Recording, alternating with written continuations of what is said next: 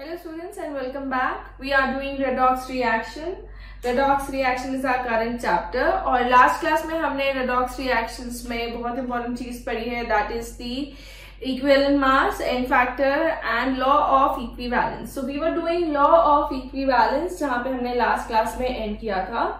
तो हम आज के क्लास में लॉ ऑफ इक्विवेलेंस के ऊपर कुछ इंपॉर्टेंट क्वेश्चंस करने वाले हैं. बेसिकली ये क्वेश्चंस आपके पास रिलेटेड हैं by the law of equivalence and also they are used in titration concepts. अगर आपने टाइट्रेशन वगैरह के रिएक्शंस करे हैं या फिर किसी एसिड को जैसे मान लीजिए किसी बेस से न्यूट्रलाइज कराना होता है तो हम टाइट्रेशन करते हैं. उन चीजों में आपके पास ये लॉ ऑफ इक्विवेलेंस जरूर लगता है. तो लॉ ऑफ इक्विवेलेंस में जैसे हमने लास्ट क्लास में पढ़ा था कि अगर आपके पास कोई रिएक्शन हो रही है उसमें जितने भी इक्विवेलेंट्स किसी चीज के यूज होंगे उतने ही इक्विवेलेंट्स किसी चीज के बनेंगे. किसी एक चीज के दूसरी चीज के सेम नंबर ऑफ इक्विवेलेंट के साथ रिएक्ट करेगा. ठीक है. तो लॉ ऑफ इक्विवेलेंस को हम अगर मान लीजिए हम किसी एक न्यूट्रलाइजेशन रिएक्शन में सपोज एसिड बेस या हम किसी ऑक्सीडाइजिंग एजेंट या रिड्यूसिंग एजेंट की रिएक्शन में अगर यूज कर रहे हैं तो उनके आपके पास नंबर ऑफ इक्विवेलेंट्स जो होंगे वो इक्वल होने चाहिए. ठीक है.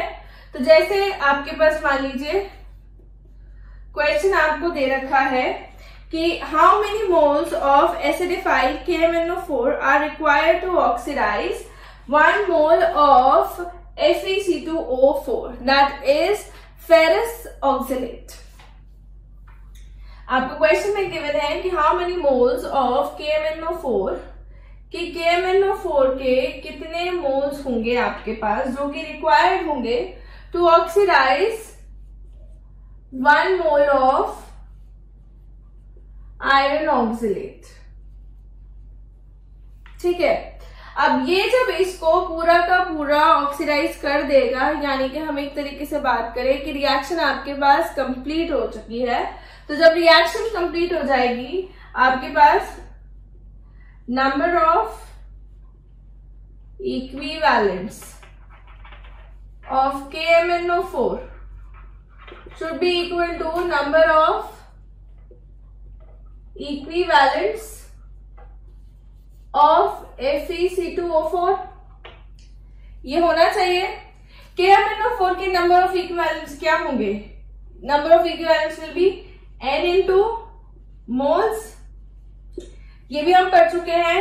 जो आपके पास नंबर ऑफ इक्विवेलेंट्स होते हैं that is number of moles into n factor. ठीक है. और यही आपके पास इसके भी इसी चीज के इक्वल हो जाएगा that is n factor of FeC2O4 into इसके moles and this n factor is for KMnO4. आपसे रिएक्शन में बोला गया है कि एसिडिफाइड KMnO4 के हमको कितने मोल्स चाहिए. एसिडिफाइड KMnO4 का मतलब ये है कि आपके पास जो MnO4 नेगेटिव है वो Mn2 पॉजिटिव बना रहा है. तो n फैक्टर इसके लिए क्या हो जाएगा 5.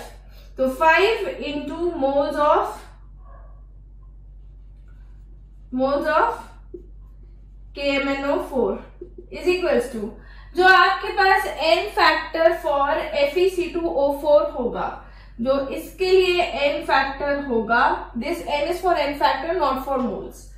वो क्या होगा FeC2O4 का अगर आपने रिएक्शन लिखा हो जब हमने इनका चेंजेस देखे हैं to find out the n factor.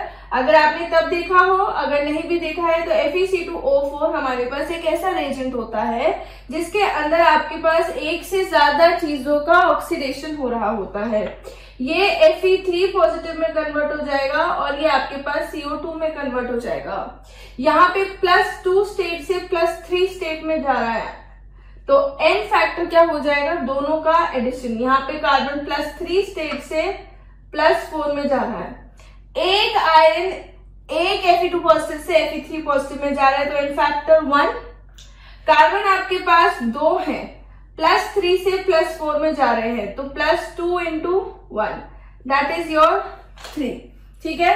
तो इसका n फैक्टर हमारे पास कितना आ गया 3. तो 3 into number of moles of FeC2O4 और ये कितने मोल्स है हमारे पास 1। तो आपके पास मोल्स ऑफ KMnO4 कितने आ गए 3/5। ठीक है, these are the moles of KMnO4 that were required to completely oxidize 1 mole of ferrous oxalate. So this is how we have used the concept of law of equivalence. और ये एक तरीके का आपके पास रेडॉक्स टाइट्रेशन होता है जिसमें हम एक ऑक्सीडाइजिंग एजेंट को या रिड्यूसिंग एजेंट को यूज करते हैं किसी दूसरे एजेंट को फुली कन्वर्ट करने के लिए। KMnO4 की वजह से जब हम रिएक्शंस करते हैं और आपके पास कंप्लीट चेंज आ जाता है तो ये पिंक से, क्योंकि परमैंगनेट अपने आप में बहुत ज्यादा कलरफुल होता है, इट हैज वायलेट कलर, तो वो उसका कलर चला जाता है एंड दैट शोज की रिएक्शन आपके पास कंप्लीट हो चुकी है। About reactions and titrations you will learn in further classes. फिलहाल we are going to discuss some of these questions relating with the law of equivalence. ठीक है, तो नेक्स्ट क्वेश्चन जो हम कर रहे हैं that says how many moles of K2Cr2O7 that is potassium dichromate are required to oxidize 12 mole of tin oxalate। तो आपके पास गिवन है कि आपके पास how many moles of K2Cr2O7, K2Cr2O7 के आपको मोल्स निकालने हैं। This is what you need to find out. are required to oxidize 12 mole of this compound। ठीक है, this is your stannous oxalate। यहां पे Sn का आपके पास चार्ज कितना है +2। Now if you know K2Cr2O7 जो हम यूज करते हैं, if you remember, so we use it in acidic medium only. Basic के अंदर इसमें ऑक्सीडेशन स्टेट का चेंज नहीं आता है, that is why we are using it in acidic medium only. तो एसिडिक मीडियम के अंदर K2Cr2O7 में आपके पास चेंज किस तरीके का आएगा कि Cr2O7 2 नेगेटिव से बनाएगा Cr3 पॉजिटिव। एन फैक्टर होता है इसके लिए 6। ये कुछ इंपॉर्टेंट रिड्यूसिंग एजेंट्स और ऑक्सीडाइजिंग एजेंट्स में आता है और हम इसका केस पहले डिस्कस कर चुके हैं। सो इट इज बेटर अगर आप रिवाइज करते हैं और आप याद कर लें कि कुछ जो हमारे पास ज्यादा अच्छे रिड्यूसिंग एजेंट्स हैं या ज्यादा इंपॉर्टेंट ऑक्सीडाइजिंग एजेंट है तो उनमें कौन से मीडियम में कितने नंबर ऑफ इलेक्ट्रॉन्स का चेंज आता है, कितना ऑक्सीडेशन नंबर का चेंज आता है, so that you have there n factor on your tips. तो यहाँ पे हमारे पास एन फैक्टर हो गया इसका 6। Now if we talk about इसको ऑक्सीडाइज कर रहा है, it is oxidising this compound, it is itself going under reduction. तो इसके अंदर आपके पास जो ऑक्सीडेशन होगा तो ये आपके पास +2 से टिन का दूसरा वाला स्टेट होगा आपके पास +4 और ये जाएगा CO2 में। ऑक्सीलेट आपके पास CO2 बनाएगा generally if nothing else is given, no other case is discussed. तो इसमें हम C2O4 2 नेगेटिव से CO2 ही बनाएंगे। तो यहाँ पे एन फैक्टर क्या हो जाएगा, टिन का एन फैक्टर है 2 प्लस 2 कार्बन है, एक कार्बन का क्या है 3 और उसका किस में जा रहा है +4 में।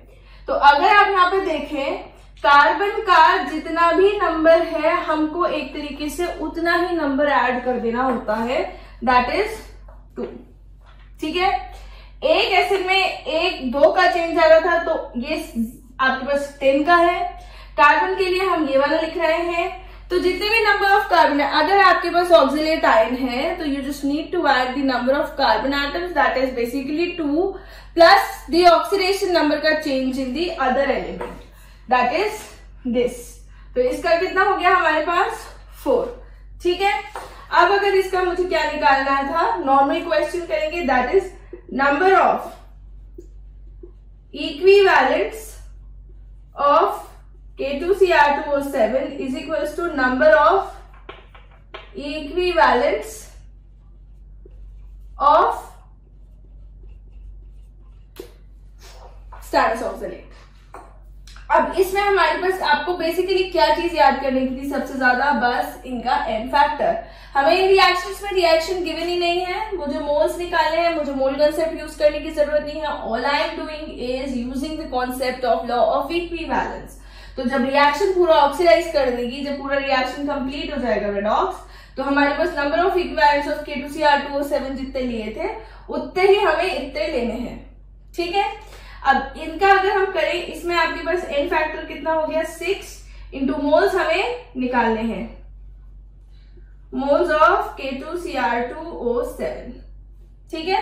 That is equal to number of equivalents of, आपके पास इसके कितने होंगे, इसका n फैक्टर इंटू इसके मोल्स, मोल्स कितने हैं इसके 12, तो moles of K2Cr2O7 is equals to 8,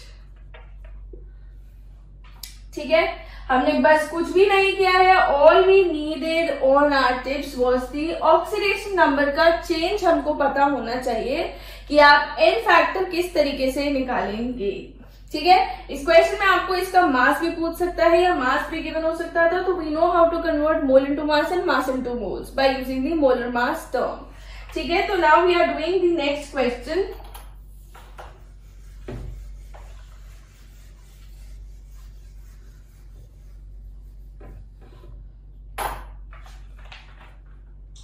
अगला क्वेश्चन हमसे ये कह रहा है, how many moles of acidified KMnO4 are required to oxidise 10 moles of potassium iodide, 20 moles of hydrogen peroxide, you have 2 moles of ferrous sulfate and 30 moles of a salt, ठीक है।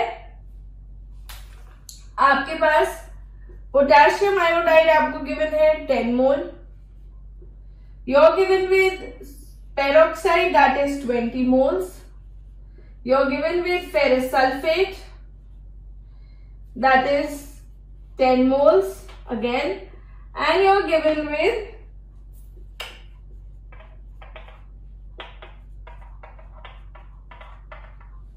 that is right 30 moles, that is ferrous oxalate and आपके पास tin oxalate।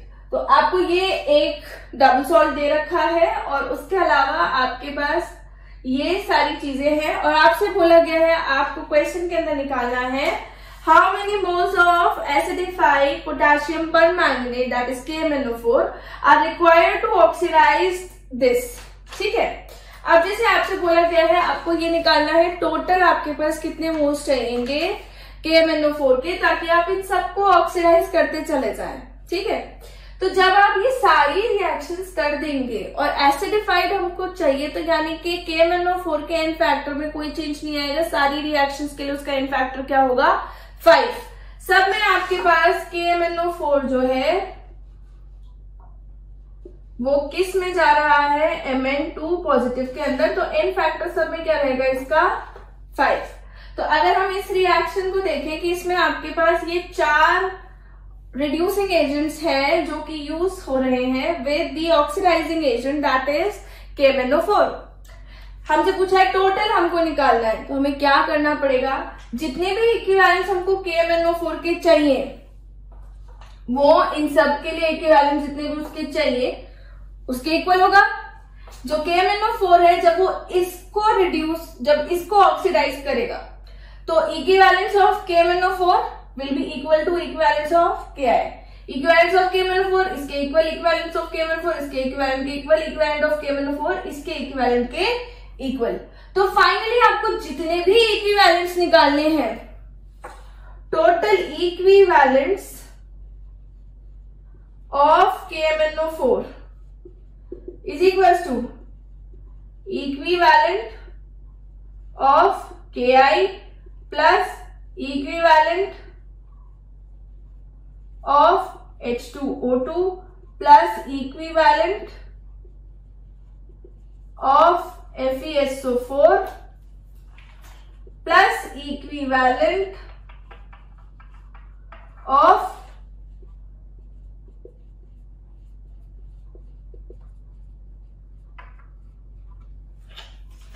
ठीक है। तो इन सब के equivalents के equal हो जाएगा। इस रिएक्शन के लिए जब सिर्फ ये रिएक्शन होगी जितना चाहिए, इस रिएक्शन के लिए जितना चाहिए, इस रिएक्शन के लिए जितना चाहिए, इस रिएक्शन के लिए जितना चाहिए, तो फाइनली क्या होगा, वो इन सब का एडिशन ही होगा, ठीक है। आपको निकालना है अगर ये, आपको बेसिकली ये क्या होगा n factor into moles of KMnO4, क्योंकि आपसे पूछा गया है how many moles of acidified potassium permanganate will be used. तो अगर हमें इसको ये निकालना है तो इसके एन फैक्टर की जगह क्या डाल दूं मैं 5, that is equal to equivalence of K I कितने हैं, इसके मोल्स कितने हैं 10 फर्स्ट ऑफ ऑल, इनटू इसका एन फैक्टर के आई का क्या होगा। अगर आपको कोई रिएक्शन नहीं गिवन तो हम क्या मान के चलते हैं आई नेगेटिव से बनता है I2, जहां पे एन फैक्टर आपके पास आता है 1 का। तो के आई है आपके पास, ये कन्वर्ट होगा जब I2 में, तो आई यहाँ पे -1 स्टेट में और ये 0 स्टेट में जा रहा है, तो आपके पास चेंज कितने का आ रहा है 1 का। हम नंबर ऑफ एटम किससे रिलेट करते हैं रिएक्टेंट से, तो एन फैक्टर इसका क्या हो गया हमारे पास 1। ठीक है, तो इसका एन फैक्टर है हमारे पास 1 प्लस इक्विवेलेंस ऑफ H2O2। जब H2O2 हमारे पास ऑक्सीडाइज होगा तो H2O2 क्या बना लेगा O2, जिसमें इसका ऑक्सीडेशन स्टेट -1 होता है और ऑक्सीजन का 0 होता है। एक ऑक्सीजन के लिए 1 ऑक्सीडेशन स्टेट का चेंज आ रहा है, तो 2 ऑक्सीजन के लिए कितने का आएगा 2 का। तो इसका एन फैक्टर कितना हुआ हमारे पास 2, तो that is 20 into 2 plus equivalence of FeSO4। यहाँ पे ये +2 ऑक्सीडेशन स्टेट में है, तो ऑब्वियसली ये +2 से ऑक्सीडाइज होकर के +3 ही बनाएगा। आयरन के लिए हम 2 ऑक्सीडेशन स्टेट्स देखते हैं, तो जब ये +2 में प्रेजेंट है तो it will get converted into +3, तो ये आपके पास कितना हो जाएगा, इसका एन फैक्टर 1 ही रहेगा 10 into 1 प्लस। अब ये वाला जो हमारे पास इक्वेशन है that is for the iron oxalate and tin oxalate. जब हम इसके लिए रिएक्शन देखेंगे तो इसमें आपके पास क्या होगा, इनके रिएक्शन में कि आपके पास FeC2O4 कितने हैं 2.3SnC2O4। जब ये हमारे पास कन्वर्ट होगा तो Fe यहाँ पे +2 फॉर्म में है, Fe किस में चेंज हो जाएगा Fe+3 प्लस C2O4 है किस में चेंज होगा CO2 के अंदर, प्लस टिन है हमारे पास किस में चेंज होगा Sn+4 के अंदर, क्योंकि यहाँ पे कैसा है +2, यहाँ पे ये क्या है +2। ठीक है, अब इस क्वेश्चन के लिए, इस इक्वेशन के लिए अगर मुझे एन फैक्टर निकालना है, since everything present in this compound except oxygen, everything present in this compound except oxygen is getting oxidized, तो इसके लिए हम जो n फैक्टर निकालेंगे that will be the addition of all the changes in oxidation number multiplied by the number of atoms। तो जो हमने formula discuss किया था कि एक से ज्यादा अगर होते हैं, आयरन यहाँ पे कितने हैं 2, एक आयरन के लिए कितने का चेंज आ रहा है 1 ऑक्सीडेशन स्टेट का, तो 2 के लिए कितना हो जाएगा 2 into 1 प्लस कार्बन यहाँ पे हमारे पास कितने हैं 4, 1 2 3 4, ठीक है 2 into 2 4, यहाँ पे कार्बन कितने हैं हमारे पास 6, 3 into 2 6, टोटल हमारे पास कार्बन कितने हो गए 10। एक कार्बन के लिए चेंज कितने का आ रहा है 1 ऑक्सीडेशन स्टेट का। बैलेंस नहीं करना है, बैलेंस की जरूरत नहीं है इन फैक्टर के लिए, बस हाँ आपको इनके कोफिशिएंट्स पता होने चाहिए, तो या फिर इनके सबस्क्रिप्ट प्रेजेंट होने चाहिए। तो 10 into 1 प्लस टिन के लिए हमारे पास कितने टिन के एटम्स है 3, एक का ऑक्सीडेशन स्टेट कितना चेंज हो रहा है 2 से, तो 3 का कितना होगा 3 into 2। तो अगर हम इसको देख ले तो हमारे पास इसका एन फैक्टर कितना आ गया 18। ठीक है, अब इसी एन फैक्टर को हम यहाँ पे रखेंगे इक्विवेलेंस निकालने के लिए। हम करके क्या चल रहे हैं, number of equivalence is equal to number of moles into n factor. तो इसके आपके पास 18, तो इसका एन फैक्टर आ गया, मोल्स कितने थे 30, तो 30 into 18। This is how you will find out the number of moles of KMnO4। यहां से आप इसको कैलकुलेट करके इसके नंबर ऑफ मोल्स निकाल सकते हैं। तो ये जैसे रिएक्शन है इसमें इसने सबको ऑक्सीडाइज किया है, तो जितने भी इन सबके इक्विवेलेंट्स लग रहे होंगे उन सबका addition finally total number of equivalents of KMnO4 required होगा। वही चीज हमने इसके अंदर लगाई है। ठीक है, ऐसा नहीं करेंगे कि टोटल जितने इक्विवेलेंट्स चाहिए वही हमारे पास इक्विवेलेंस ऑफ, मतलब सबका आपके पास एक ही साथ रिएक्शन नहीं हो रहा है। इसको भी ऑक्सीडाइज कर रहा है, इसको भी ऑक्सीडाइज कर रहा है, इसको भी ऑक्सीडाइज कर रहा है, इसको भी ऑक्सीडाइज कर रहा है, तो टोटल जितना हमारे लग रहा है वो हमने इसके अंदर निकाल दिया है। Now moving on to next question.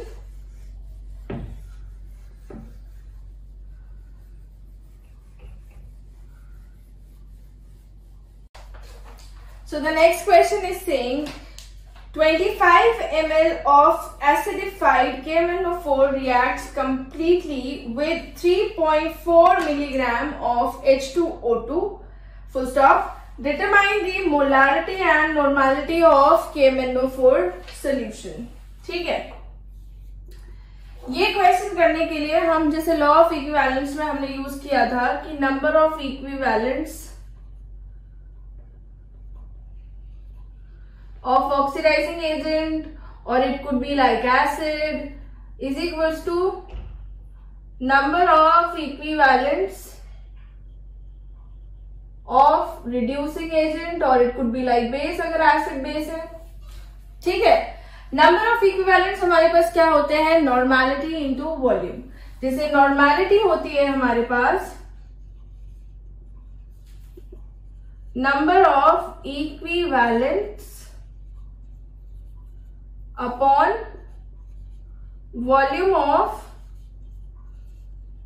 Solution in litres. ये हमने मोल कंसेप्ट में डिस्कस किया था कि normality is number of equivalents divided by volume of solution in litres. अब हम इसको अगर यहाँ पे यूज करना चाहें तो नंबर ऑफ इक्विवेलेंट्स आपके पास जो ऑक्सीडाइजिंग एजेंट के हैं या रिड्यूसिंग एजेंट के हैं या एसिड के हैं या बेस के हैं या कोई भी अगर आप चीज किसी के साथ रिएक्ट कर रहे हैं, तो normality into volume of acid या फिर ऑक्सीडाइजिंग एजेंट या it could be anything else जो रिएक्ट कर रही है is equals to normality into volume of the base और द रिड्यूसिंग एजेंट, जो भी चीज रिएक्ट कर रही है। तो हम इसे कैसे लिख सकते हैं, N1V1 is equals to N2V2। ये फॉर्मूला एक बार आप लिख लीजिए। जैसे अगर हम मोल कंसेप्ट में करते थे, जब हम नंबर ऑफ मोल्स को इक्वल करते हैं, इक्वल क्या मोलर रेशियो को इक्वल करते हैं, तो जैसे number of moles is equals to molarity into volume होता है, वैसे ही number of equivalents is equals to normality into volume. ठीक है, अब ये चीज को यूज करके हम वो क्वेश्चन करेंगे जो मैंने अभी पढ़ा है। I have said 25 ml of acidified KMnO4 reacts completely with 3.4 milligram of H2O2। इसका नॉर्मेलिटी निकालना है KMnO4 का और इसका मोलारिटी निकालना है। तो क्वेश्चन में आपको वॉल्यूम ऑफ KMnO4 जो गिवन है दैट इज 25 ml और आपको मास ऑफ H2O2 गिवन है 3.4 मिलीग्राम्स। ठीक है, अब अगर मान लीजिए मैं इनको कन्वर्ट करना चाहती हूँ इसी चीज में, number of equivalent of KMnO4 जब पूरा ऑक्सीडाइज कर देगा will be equal to number of equivalents of H2O2। ठीक है, the questions are very simple, only you need to know about the N factor. तो number of equivalents of KMnO4 is equal to number of equivalents of H2O2 हो गया हमारे पास। Number of equivalents of KMnO4 क्या होगा, इसका normality into इसका volume, और वॉल्यूम हमारे पास इसका 25 ml गिवन था, अभी रखेंगे value. Number of equivalents of H2O2 अगर ऑक्सीडाइज हो रहा है, मैंने बताया इसके लिए एन फैक्टर होगा आपके पास 2, तो इसका एन फैक्टर इंटू इसके नंबर ऑफ मोल्स में लिख सकती हूँ, क्योंकि मुझे ना तो इसका वॉल्यूम गिवन है ना इसकी normality, but number of equivalents कैसे आ सकता है, n factor into number of moles. Normality KMnO4 की मुझे निकालनी है, into volume of solution is 25 ml। ठीक है, इंटू 10 की पावर मतलब -3। एन फैक्टर H2O2 का कितना होता है 2, इंटू नंबर ऑफ मोल्स हमारे पास क्या होते हैं, number of moles is equal to weight by molar mass. Weight कितना गिवन है? 3.4।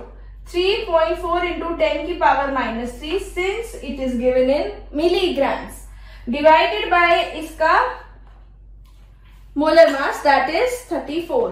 पेरोक्साइड का मोलर मास होता है हमारे पास 34, तो ये आपके पास कैंसिल आउट हो जाएंगे, ये भी आपके पास कैंसिल आउट हो जाएगा। ठीक है, तो आप n की वैल्यू 1/125 निकाल सकते हैं। ये नॉर्मेलिटी आ गई किसकी? KMnO4 की। ठीक है, और याद रखिएगा नॉर्मेलिटी क्या होती है हमारे पास? n factor into molarity. ठीक है, ऐसा क्यों हो जाएगा? अगर हम इस फॉर्मूले में देखें, नंबर ऑफ इक्विवेलेंट्स क्या होते हैं? Basically it is number of moles into n factor. इस चीज को अगर मैं number of moles into n factor लिखूंगी तो मोल्स बाय वॉल्यूम क्या हो जाएगा? मोलैरिटी। तो normality is n into molarity. तो अगर मैंने यहां पे मैं लिख देती हूं so that you have this reference, तो नॉर्मेलिटी हमारे पास क्या हो जाएगी? By n, normality by n is equals to molarity, और n यानी कि n factor for KMnO4 was 5, तो it is 1/125 into 5 is equals to molarity of KMnO4। ठीक है, so you have like just 2-3 formulas. अगर आपको वही याद है तो आप बाकी सब डिराइव कर सकते हैं, कोई डिफिकल्टी वाली बात नहीं है। All you need to know is normality के अंदर हम नंबर ऑफ इक्विवेलेंट्स का यूज करते हैं और मोलैरिटी के अंदर हम नंबर ऑफ मोल्स का यूज करते हैं। और मोल्स और इक्विवेलेंट्स एक दूसरे से कैसे रिलेटेड है? Number of equivalents is equals to n into moles. इतना भी अगर आपको याद है you can do it, because equivalent again number of equivalents is equals to weight upon equivalent mass, तो आप इनके बीच में भी रिलेशनशिप निकाल सकते हैं। तो you need to learn only one thing, उससे आपको बाकी सारी चीजें याद रह जाएंगी। बट सबसे इंपॉर्टेंट अगेन ये वाले क्वेश्चन सॉल्व करने के लिए without the help of any reaction आपको n फैक्टर जरूर पता होना चाहिए। Now coming on to some next question which involves an acid and a base. तो अभी हमने जो क्वेश्चंस किए थे जैसे उसमें आपके पास ऑक्सीडाइजिंग एजेंट और रिड्यूसिंग एजेंट वाले रिएक्शंस थे। अगर आपके पास एसिड बेस है तो question is saying calculate volume of 0.2 molar calcium hydroxide. आपके पास कैल्शियम हाइड्रोक्साइड है विच इज 0.2 मोलर। इसका आपको क्या निकालना है? Volume which is required to neutralize a sample of 0.365 gram of HCl and 0.245 gram of H2SO4, यानी कि weight of HCl is 0.365 grams and weight of H2SO4 है आपके पास 0.245 grams। आपको क्या करना है? आपको इसका वॉल्यूम निकालना है, जितना वॉल्यूम नीडेड होगा इन दोनों को न्यूट्रलाइज करने के लिए। अब यहाँ पे आप ये चीज देख सकते हैं, अगर मैं इसके अंदर मोल कॉन्सेप्ट लगा रही होती तो मुझे क्या करना पड़ता है? पहले मुझे रिएक्शन बैलेंस करने पड़ते सारे और दोनों रिएक्शन लिखने पड़ते। ये कैल्शियम हाइड्रोक्साइड जब HCl के साथ रिएक्ट करेगा तो 2 मोल्स के साथ रिएक्ट करेगा ताकि CaCl2 दे दे, मुझे H2O दे दे। ठीक है, ट्वाइस ऑफ। और कैल्शियम हाइड्रोक्साइड जब मेरे पास 1 मोल H2SO4 के साथ रिएक्ट करेगा तो CaSO4 बन जाएगा प्लस ट्वाइस ऑफ H2O बन जाएगा। फिर मैं दोनों रिएक्शंस के लिए सॉल्व करती कि मेरे पास इसका इतना मोलैरिटी और इतना कितने इसके मोल्स है, मेरे पास कितने इसके मोल्स है, फिर इसके मोल्स कितने रिक्वायर्ड होंगे, टोटल मोल्स निकालती, फिर सॉल्व करती। ठीक है, बट अगर हम इसे इक्विवेलेंट कंसेप्ट के साथ करें तो we can do it very easily. कि इक्विवेलेंट कंसेप्ट में आपको क्या लगाना है कि जब न्यूट्रलाइज कर देगा इसको तो इसके इक्विवेलेंस किसके इक्वल होने चाहिए? कैल्शियम हाइड्रोक्साइड के। जब न्यूट्रलाइज कर देगा इसको तो इसके साथ इक्विवेलेंस इक्वल होने चाहिए। तो बेसिकली मैं देखूं equivalence of calcium hydroxide should be equal to equivalence of HCl plus equivalence of H2SO4। दोनों के नंबर ऑफ इक्विवेलेंट्स के इक्वल हो जाएगा हमारे पास। इसके इक्विवेलेंट्स हम जितने यूज करेंगे, इसका मोलारिटी मुझे गिवन है। तो कैल्शियम हाइड्रोक्साइड के लिए मेरे पास अगर मैं नॉर्मेलिटी इंटू वॉल्यूम करूं तो मेरे पास इक्विवेलेंट्स आ जाएंगे। That will be equal to number of moles into n factor of HCl plus इसका भी n into moles of H2SO4। ठीक है, नॉर्मेलिटी हमारे पास क्या होती है, it is n into molarity, that is अभी हमने पढ़ा normality is equal to molarity into n factor into volume for calcium hydroxide into n into moles of HCl plus n into moles of H2SO4।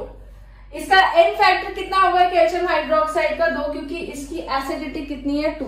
Basis के लिए हम पढ़ चुके हैं n factor क्या होता है उनके एसिडिटी के इक्वल, तो इट इज 2 इंटू इसका मोलारिटी इंटू इसका वॉल्यूम इज इक्वल्स टू।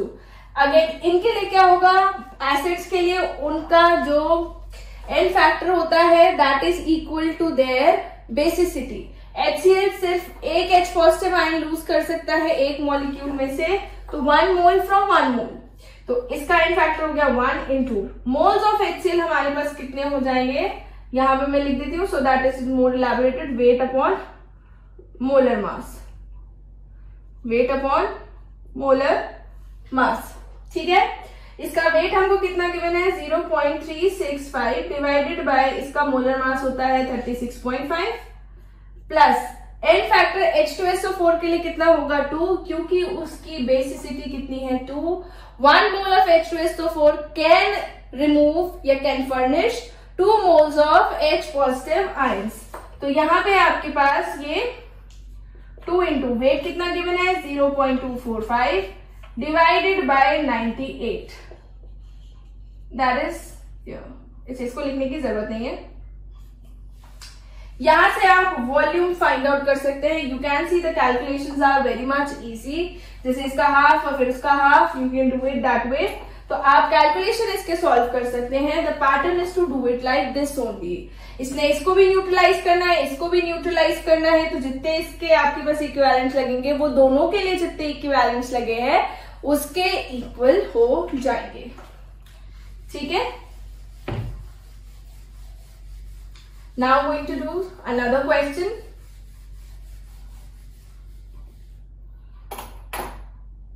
ये क्वेश्चंस अगर आप अपने इसी के साथ साथ में समझ लेते हैं और सॉल्व कर लेते हैं तो आपको एक्सरसाइजेस करने में बहुत आसानी रहेगी and you will be able to do many questions of redox reactions. आपको कोई भी डाउट आता है you can ask your teacher about it. Now the next question says 25 ml of FeSO4.7H2O is dissolved in water and dilute H2SO4। यानी कि solution कैसा बना दिया, एसिडिक। आपके पास 25 ग्राम सैंपल ऑफ FeSO4.7H2O है। ठीक है, आपने इसको पानी में मिक्स किया है, आपने इसमें डाइल्यूट H2SO4 मिक्स किया है और इसका सोल्यूशन बना दिया है जिसका फाइनल वॉल्यूम कितना है 1 लीटर। ठीक है, फिर उसके बाद में आपको गिवन है 25 ml of sample required 10 ml of 0.04 molar KMnO4 solution for complete oxidation. इस सोल्यूशन का 25 ml of this solution required 10 ml of 0.04 molar KMnO4 solution। ठीक है, for complete oxidation।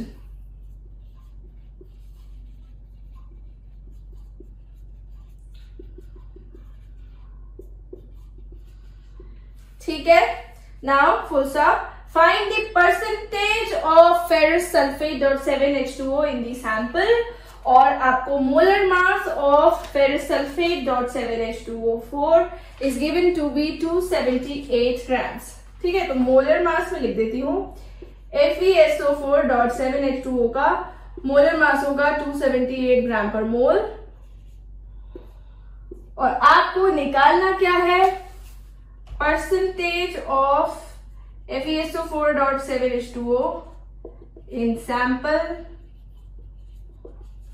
तो जैसे हमने पूरा क्वेश्चन पढ़ा, क्वेश्चन आपसे कह रहा है कि मेरे पास 25 ग्राम फेरस सल्फेट .7H2O का सोल्यूशन, वो सैंपल है, उस सैंपल को मैंने पानी में मिलाया, उस सैंपल में मैंने H2SO4 मिलाया, मैंने सैंपल को कितना कर दिया 1 litre. That is that.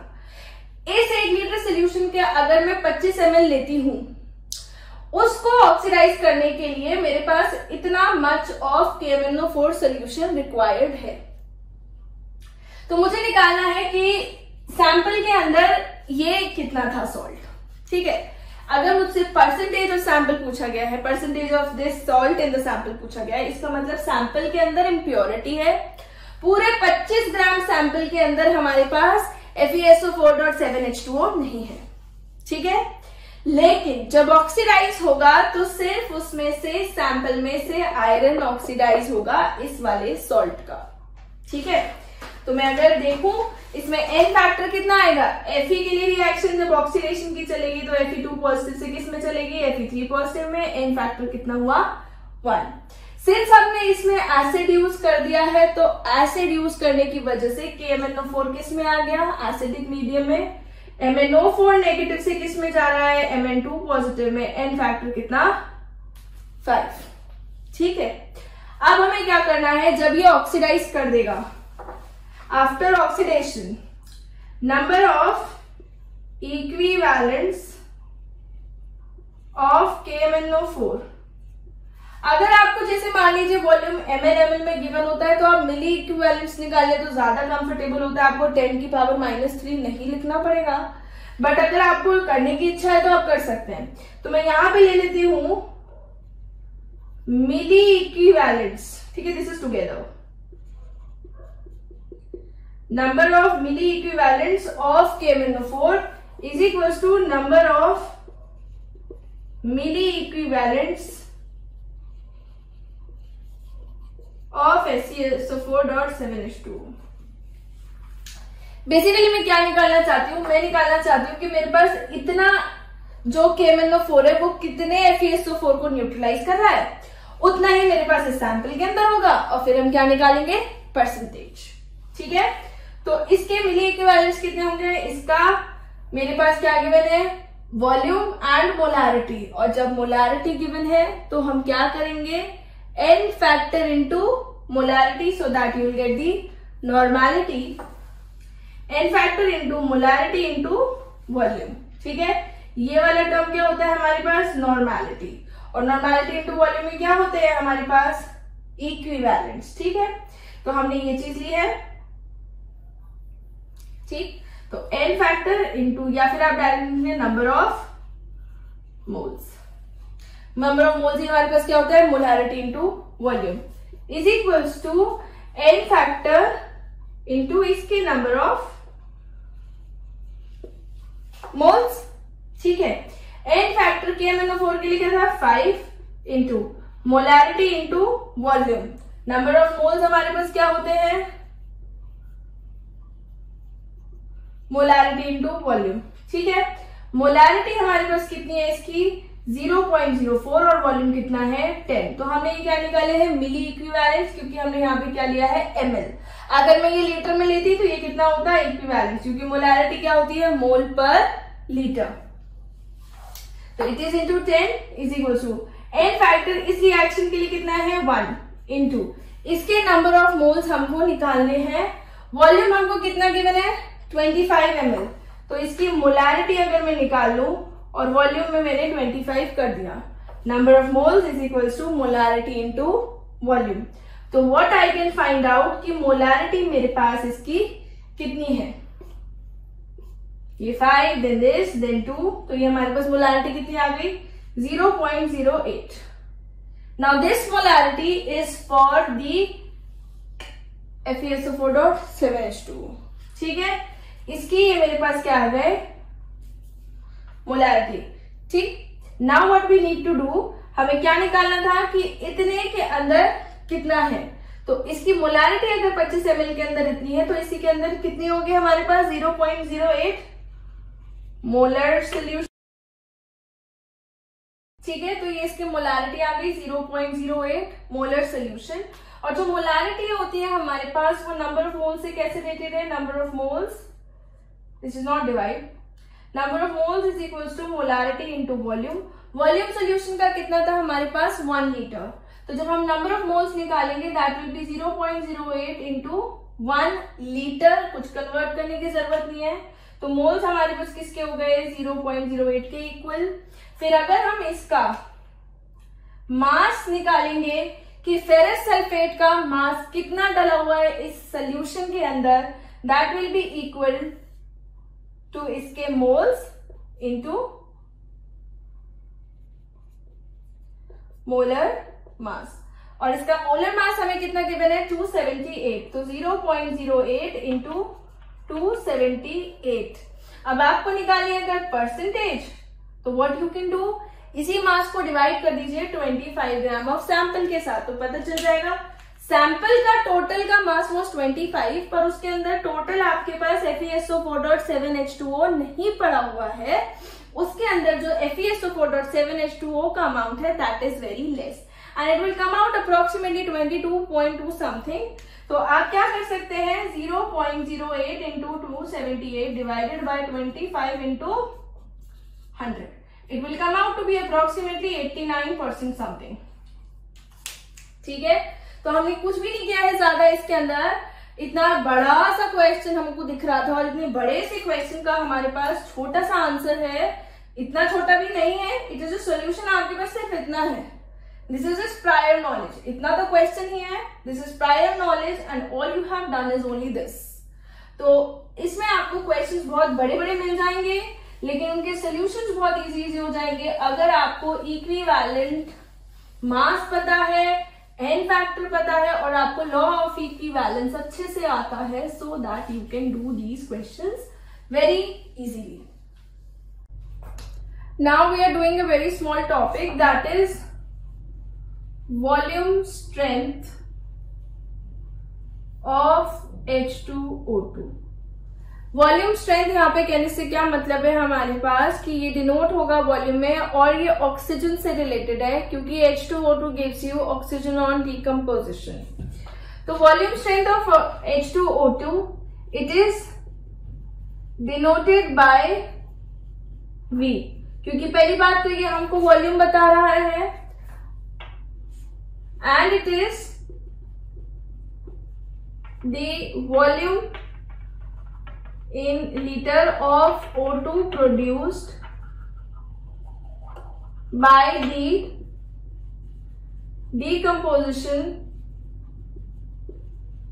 of all the H2O2 present in 1 liter of solution according to the reaction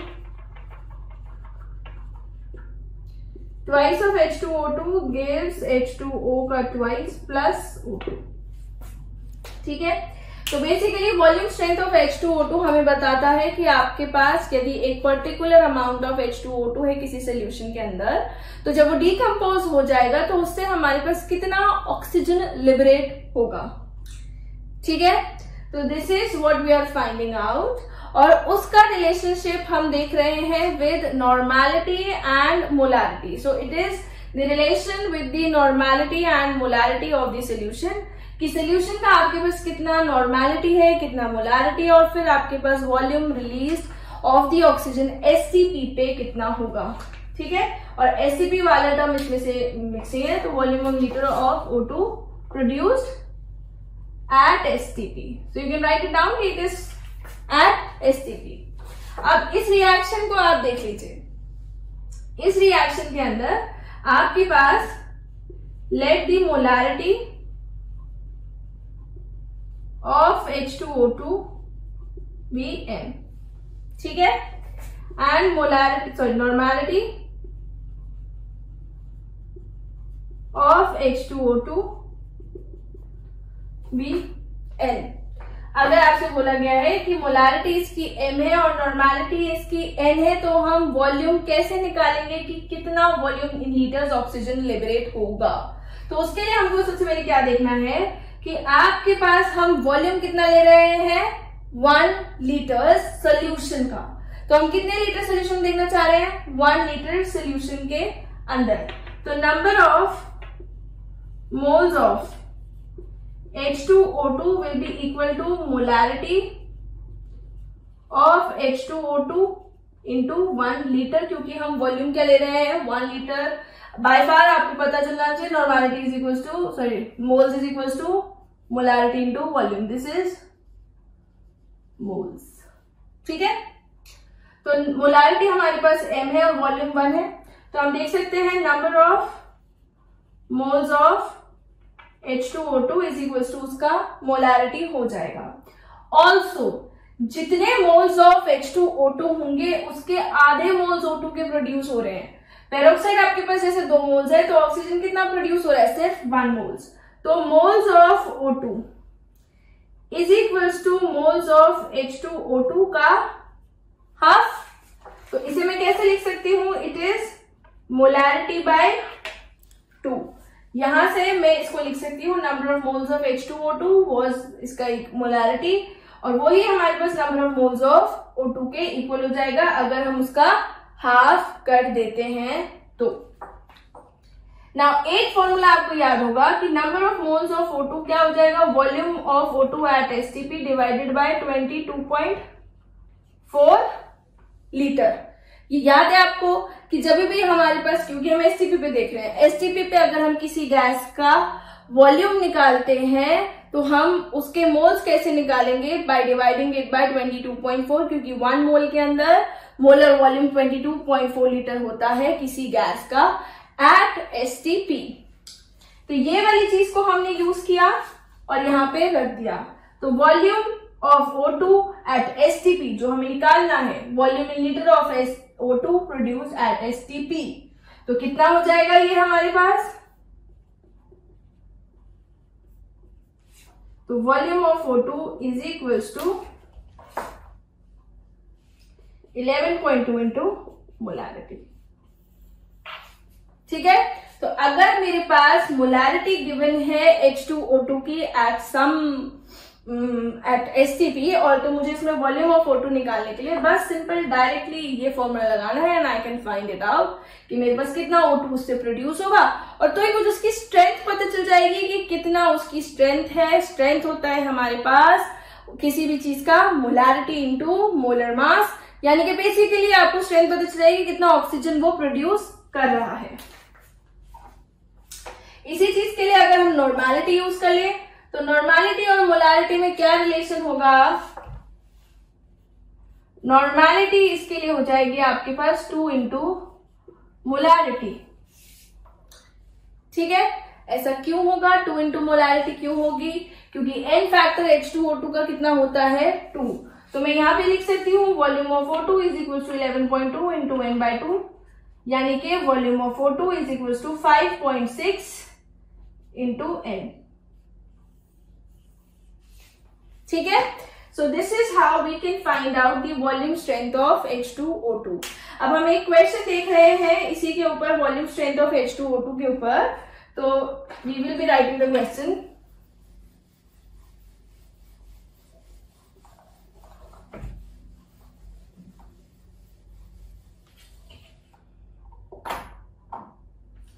Write down the question. 20 ml of H2O2 requires. Question is saying कि volume of H2O2 आपके पास कितना है 20 ml.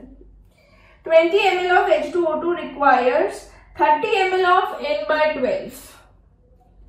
Volume of KMnO4 is 30 ml और normality of KMnO4 is 1/12.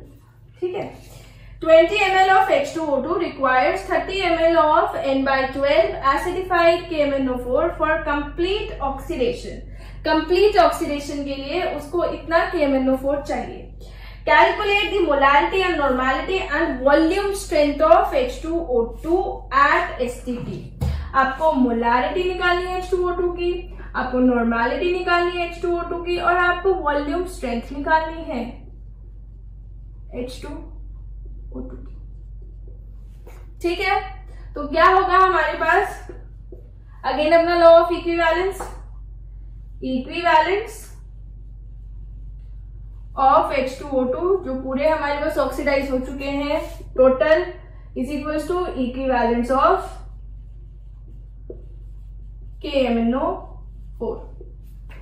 ठीक है, तो आपके पास equivalence of H2O2 क्या होंगे, that will be your n factor into इसका मोलारिटी इंटू वॉल्यूम। ठीक है, या आप डायरेक्टली पहले लिख लीजिए, नॉर्मेलिटी निकालने के लिए हम पहले नॉर्मेलिटी निकाल लेते हैं, नॉर्मेलिटी इंटू वॉल्यूम। तो आपके पास इक्विवेलेंस क्या होते हैं, normality into volume is equal to इसका normality into volume, N1V1 is equal to N2V2। Normality हमें इसकी निकालनी है H2O, नॉर्मेलिटी हमारे पास इसकी H2O2 की कितनी है हमें नहीं पता, वो हमको निकालनी है। वॉल्यूम कितना है H2O2 का 20 ml, तो हम मिली इक्विवेलेंस निकाल लेते हैं, कोई बड़ी बात नहीं है, हम इंटू 10 की पावर -3 नहीं करेंगे। तो N1 into 20 is equal to इसका नॉर्मेलिटी कितना है 1/12 और इसका आपके पास वॉल्यूम कितना गिवन है 30 ml। ठीक है, so this is how it's done. यहाँ पे आपने नॉर्मेलिटी निकाली और हमको पता है वॉल्यूम स्ट्रेंथ क्या होता है 5.6 इंटू नॉर्मेलिटी, तो दैट इज 5.6 इंटू 3/24। ठीक है, फिर उसके बाद में ये हमने इसको सॉल्व कर लिया थोड़ा सा ही, तो that is volume into volume is equal to 5.6 into 3/24 जो कि इसका वॉल्यूम स्ट्रेंथ आ गया। अगर आपको क्या निकालनी है मोलारिटी, तो मोलारिटी के लिए क्या कर देंगे हम n/2, यानी कि आपके पास ये ऑलरेडी था 3/24 into 2। This is the molarity of the solution. तो इस तरीके से हमने क्वेश्चन को सॉल्व किया है। वॉल्यूम स्ट्रेंथ हमने इसमें ऐसे निकाला है। नेक्स्ट हम एक छोटा सा टॉपिक पढ़ने वाले हैं, that is percentage strength of the oleum, sorry percentage labelling of oleum, percentage labelling of oleum. Oleum हमारे पास क्या होता है, fuming H2SO4। Oleum is basically fuming H2SO4। तो आपके पास फ्यूमिंग H2SO4 का मतलब होता है इसमें SO3 भी होता है आपके पास H2SO4 के साथ इन गैसियस स्टेट। ठीक है, तो परसेंटेज लेबलिंग ऑफ ओलियम इसलिए की जाती है जब भी हमारे पास फ्यूमिंग H2SO4 होता है तो उसके अंदर SO3 गैसियस फॉर्म में होता है और H2SO4 हमारे पास लिक्विड फॉर्म में होता है। जब हम उसके अंदर H2O डाल देते हैं तो जो SO3 present in that oleum होता है वो रिएक्ट कर जाता है H2SO4 के साथ टू मेक फर्दर H2SO4। तो जिससे क्या होगा, आपके पास मास इंक्रीज कर जाता है और H2SO4 का अमाउंट इंक्रीज कर जाता है सोल्यूशन के अंदर। तो कितना SO3 आपके पास प्रेजेंट है जो कि रिएक्ट कर सकता है, या फिर वाटर डालने के बाद कितना H2SO4 उसमें एक्स्ट्रा बना है, वो हमको बताता है परसेंटेज लेबलिंग ऑफ ओलियम। तो अगर आपको इसका डेफिनेशन लिखना है तो आप लिख सकते हैं, इट इज बेसिकली आपके पास the amount of SO3 in the gaseous form that is dissolved in H2SO4 solution. तो अगर मेरे पास ओलियम में SO3 जो डिसॉल्व्ड है मैं उसके अंदर वाटर डाल दूं तो ये SO3 क्या कर जाएगा, H2O के साथ रिएक्ट कर जाएगा और ये क्या बना लेगा, H2SO4। ठीक है, तो इसमें आपके पास जो परसेंटेज स्ट्रेंथ आएगी वो हमेशा 100% से क्या आएगी, ज्यादा आएगी, क्योंकि 100% तो हम H2SO4 और SO3 की बात कर रहे हैं। H2O आपने डाल दिया, वो फर्दर आपके पास H2SO4 बना रहा है। तो परसेंटेज लेबलिंग हमारे पास हमेशा क्या आएगी, 100% से ज्यादा आएगी। ठीक है, और परसेंटेज लेबलिंग ऑफ ओलियम हमारे पास होता है mass of H2SO4 in oleum, पहले बिफोर H2O डालने के बाद, plus mass of H2SO4 after adding H2, that is on dilution. ठीक है, तो दिस इज बिफोर डाइल्यूशन. आप ये लिख सकते हैं कि दिस इज बिफोर डाइल्यूशन. ठीक है, तो अगर मान लीजिए आपको क्वेश्चन गिवन है कि आपके पास 109%, question is saying calculated composition of 109% oleum. Calculate the composition of 109% oleum. ठीक है, तो इसमें जो ये 9% आगे का आया है वो हमारे पास वाटर के मास से आया हुआ होगा. जो भी आपके पास 100% से ज्यादा वाली चीज होती है for this competitive examinations, that is your the amount of water. ठीक है, तो आप कह सकते हैं इसमें 9 ग्राम ऑफ वाटर ऐड हो चुका है. बट हम पहले से स्टार्ट करते हैं कि अगर आपके पास in the mass of solution before dilution कितना है आपके पास, मान लीजिए 100 ग्राम. ठीक है, तो वो किसका मास होगा आपके पास, SO3 प्लस H2SO4 का. ठीक है, now let the mass of SO3 be W. ठीक है, बेसिकली क्या है, आपके पास ओलियम SO3 और H2SO4 का मिक्सचर है. हमें उसकी परसेंटेज लेवलिंग अगर पता है या परसेंटेज लेवलिंग हमको निकालनी है तो हम क्या करेंगे, उसके अंदर देखना चाह रहे हैं कितना फ्री SO3 है उसके अंदर. So we are talking about how much free SO3 is present in that oleum to react या to form H2SO4 with H2O. तो let the mass of SO3 या free SO3 आपके पास कितना है, W grams. ठीक है, this is W grams. तो आपके पास परसेंटेज लेबलिंग कितना हो जाएगा, that is 109 प्लस ये जितना भी आपके पास 100 माइनस W, क्योंकि ये क्या है, mass of H2SO4 before dilution कितना होगा, जितना मास था माइनस जितना SO3 का मास था, plus mass of H2SO4 from dilution, कि डाइल्यूट होने के बाद H2SO4 आपके पास कितना रहेगा. तो आफ्टर एडिंग H2O यानी कि आफ्टर डाइल्यूशन की बात कर रहे हैं हम कि H2SO4 डाइल्यूशन पे कितना बना. अब इस रिएक्शन में अगर हम देखें, इस रिएक्शन में आप ये देख रहे होंगे SO3 का मास होता है 80 ग्राम्स. ठीक है, और H2SO4 का मास होता है 98 grams.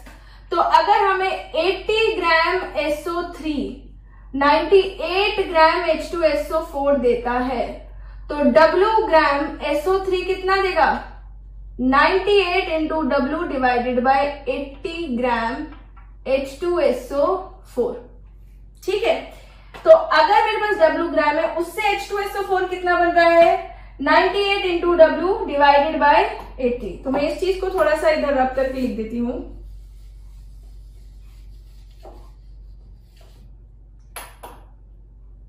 109 is equals to 100 minus W plus 98 W divided by 80.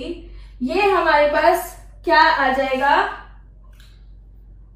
Equation, और इक्वेशन में से हम W जो निकालेंगे that is the weight of SO3. तो weight of SO3 you can find it out from here.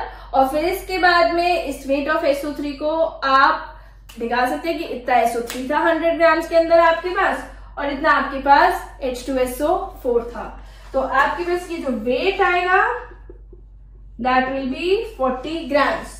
तो परसेंटेज ऑफ SO3 कितना हुआ सोल्यूशन में, 40%, जो आपके पास 100 वाला था, और परसेंटेज ऑफ H2SO4 इज 60%, जो बिफोर डाइल्यूशन हमने चीजें निकाली है. So today we have done the labeling of oleum, the volume strength of H2O2 and also some questions on the law of equivalence. Almost here the chapter is complete.